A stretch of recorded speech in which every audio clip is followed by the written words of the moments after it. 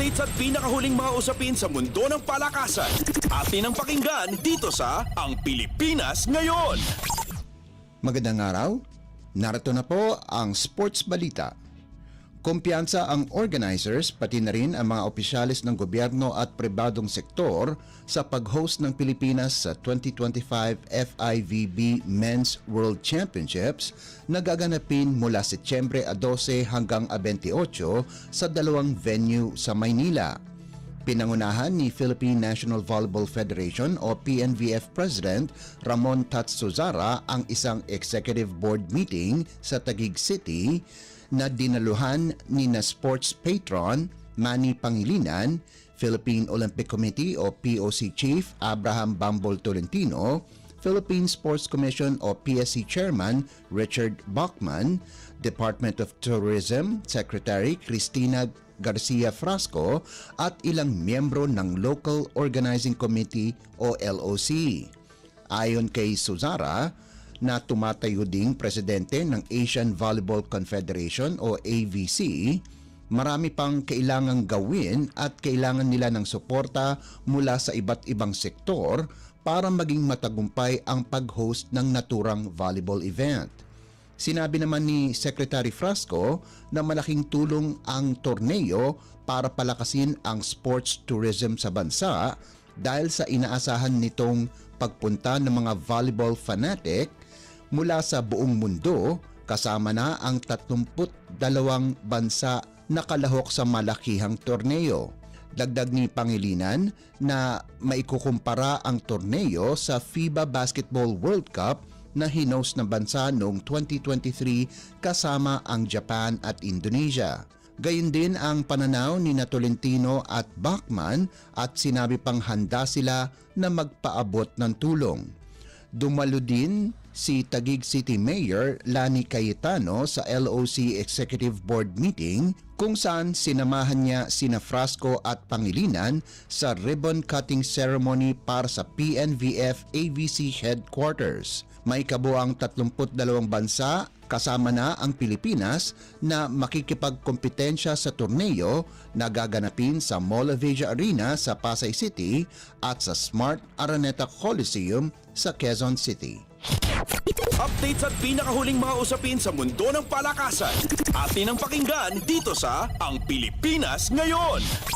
Nagsilbing kaliwat kanang suntok ang ipinakita ni na NBA veteran DeMarcus Cousins at Ange Kouame para sa Strong Group Athletics o SGA kung saan nahinto ng Philippine team ang Beirut First 85-78 para manatiling perpekto sa Group A ng 34th Dubai International Basketball Championship na ginanap sa Al Nassr Club sa United Arab Emirates. Lumiyab si Cousins para sa 26 na puntos kasama na ang 4 na triples bukod pa sa 12 rebounds. Sa kabilang banda, nagdagdag si Kouame ng 14 na puntos at 8 boards. Nagambag naman si Dave Ildefonso ng 12 puntos para sa Strong Group habang nakalikom si Mikey Williams ng 8 puntos, 3 rebounds at 5 assists. Pinangunahan naman ni Sergio L. Darwich ang Beirut First kung saan nakapagtala ito ng 26 na puntos mula sa 10 of 17 shooting, sahog pa ang 2 rebounds, 1 assist at 3 steals habang nagdagdag si Mohamed Al-Haidar ng 18 puntos. Ito ang unang talo ng Beirut First para bumagsak sa 2-1 kartada. Susubukang masweep ng SGA ang group phase itong darating na Huwebes kung saan makakatapat nito ang Amman United. Updates at pinakahuling mga usapin sa mundo ng palakasan. Atin ang pakinggan dito sa Ang Pilipinas Ngayon.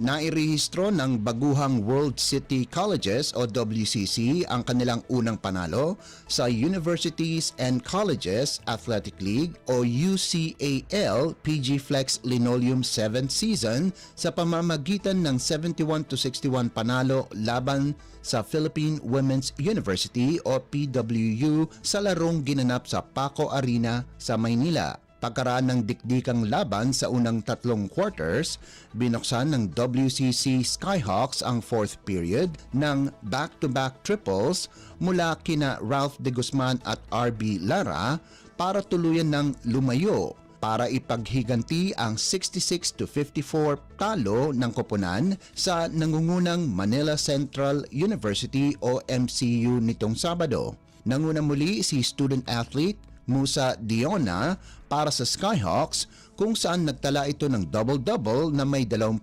puntos at 16 na rebounds bukod pa sa 3 assists sa loob ng 34 na minutong paglalaro. Nakakuha ng tulong si Diona mula kay Lara na nagtapos ng may 15 puntos habang nagambag si De Guzman ng 8 puntos. Pinunahan naman ni LeBron James Lozano ang PWU sa nagawa nitong 11 puntos. Samantala, layon ng MCU na kunin ang kanilang ikatlong sunod-sunod na panalo sa loob ng 3 laban sa paghaharap nila laban sa Olivares Colleges itong darating na Huwebes. Updates at pinakahuling mga usapin sa mundo ng palakasan. Atin ang pakinggan dito sa Ang Pilipinas Ngayon. At yan ang pinakahuling balita sa larangan ng palakasan. Para sa Radyo Pilipinas World Service, ito po si Leo Magpayo. Magandang araw. Updates at pinakahuling mga usapin sa mundo ng palakasan. Atin ang pakinggan dito sa Ang Pilipinas Ngayon.